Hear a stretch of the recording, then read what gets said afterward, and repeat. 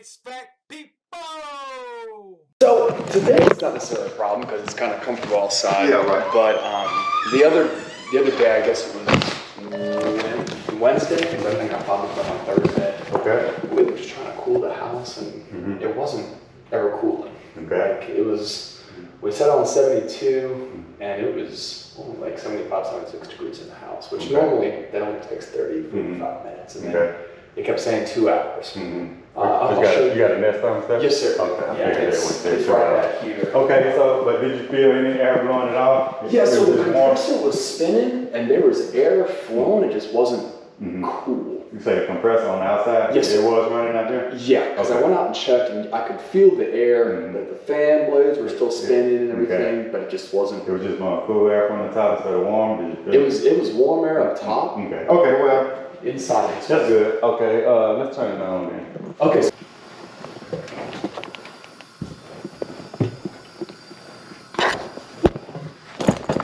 Alright, so I do hear it.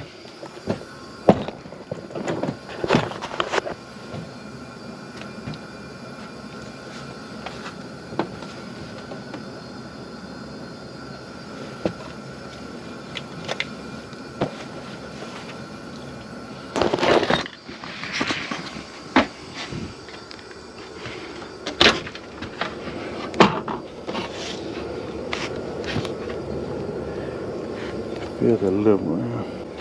Hey, Matthew. Let's see what time to change the filter. How often do you change your filter? I changed it every 6 months. Okay, great. So I changed it, I believe, right around New Year's. Okay, great. Then I pour bleach down that. Down the drain? Yes, sir. Okay. So I do that whenever I change the filter.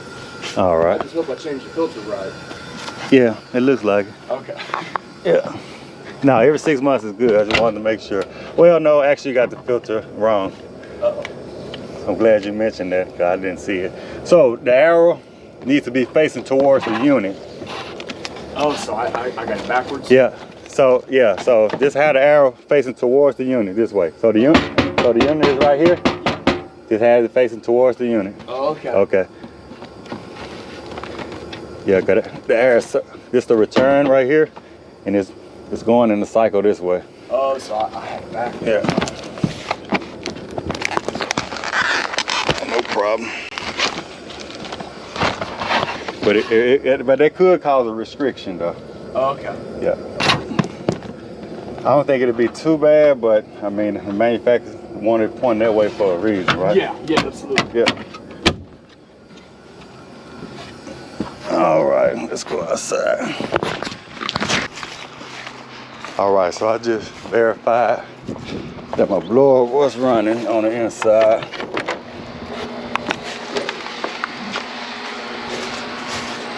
It's kind of loud.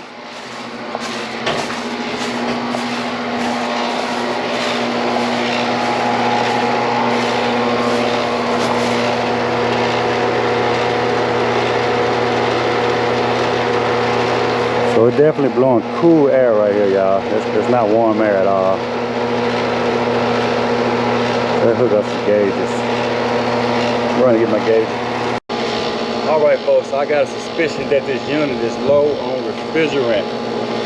So the ambient temperature is probably about 70, 72 degrees. I got 72 degrees right here in this space right here.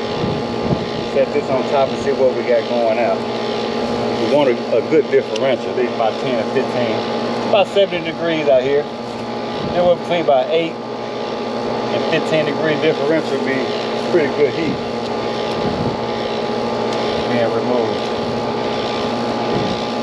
Let's see what kind of refrigerant type we have here. This is R410A. So remember, on the blue side, or the low, anything under 100. In the freeze. All right, so I'm at 40, so we are definitely low on refrigerant. I really don't even need to hook up this low side, but we're gonna hook it up anyway.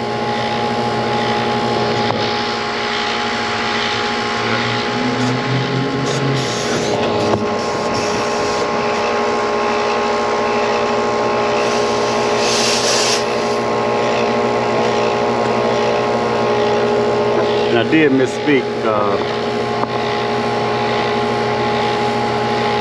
So if we low on this side, if it's under 100, it could be several reasons that could be low.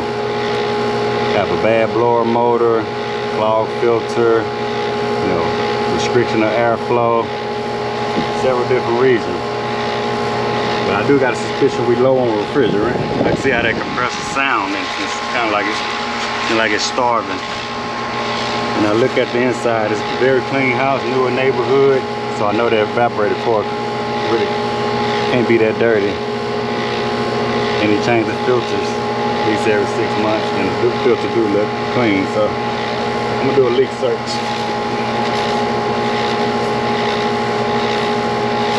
Alright, so as you can see also, that's 74 degrees right here.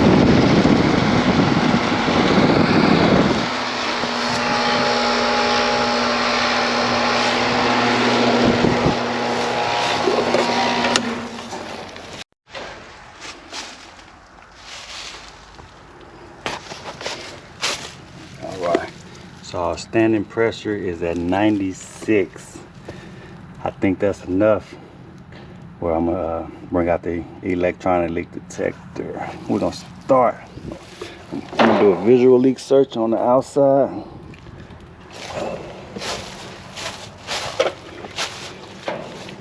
Actually, I'm gonna do a visual residue.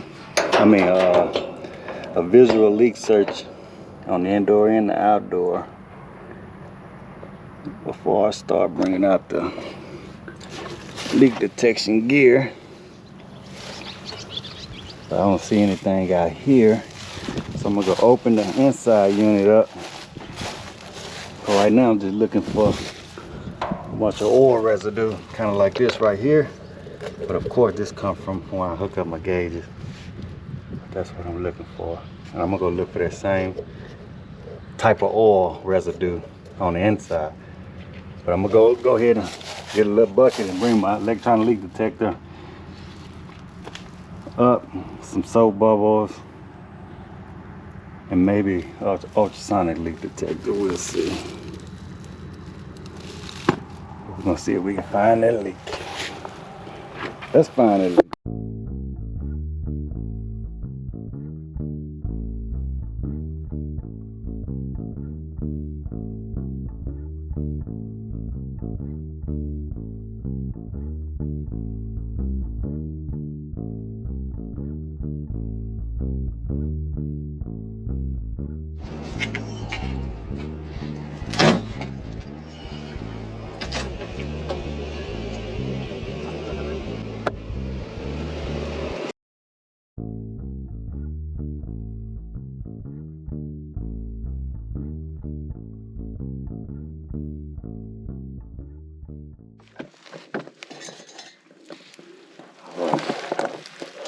So I already see oil residue.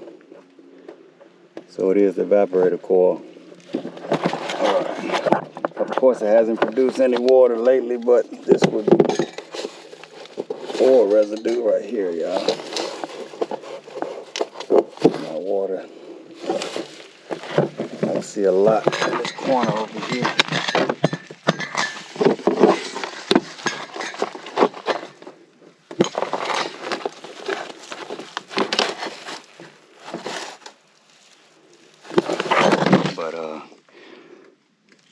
Just for sake of a good video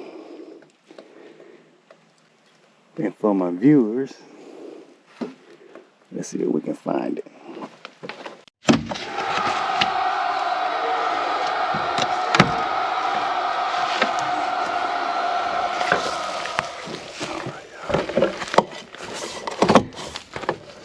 Look at all that oil back there.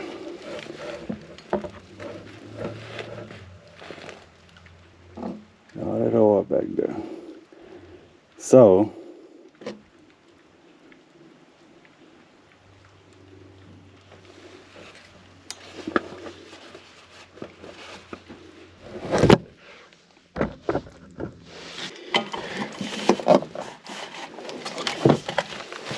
I'll send you.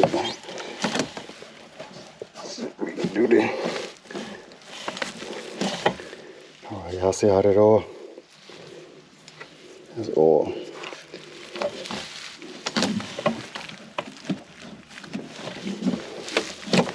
Yeah. All oil.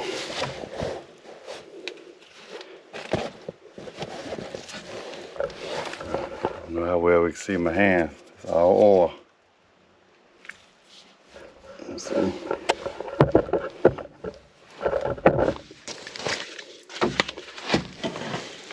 If I can move this.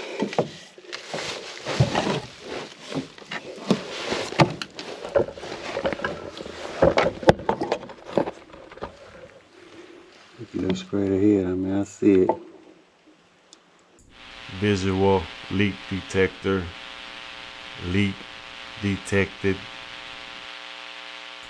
Visual leak detector. Leak detected. Got the H10 Pro. Got an Infocon leak detector, battery dead. Got the whisper. I need any of this to find the leak. All right, y'all. So I think I got everything I need here. Just get the model serial number and hopefully we can get that replaced.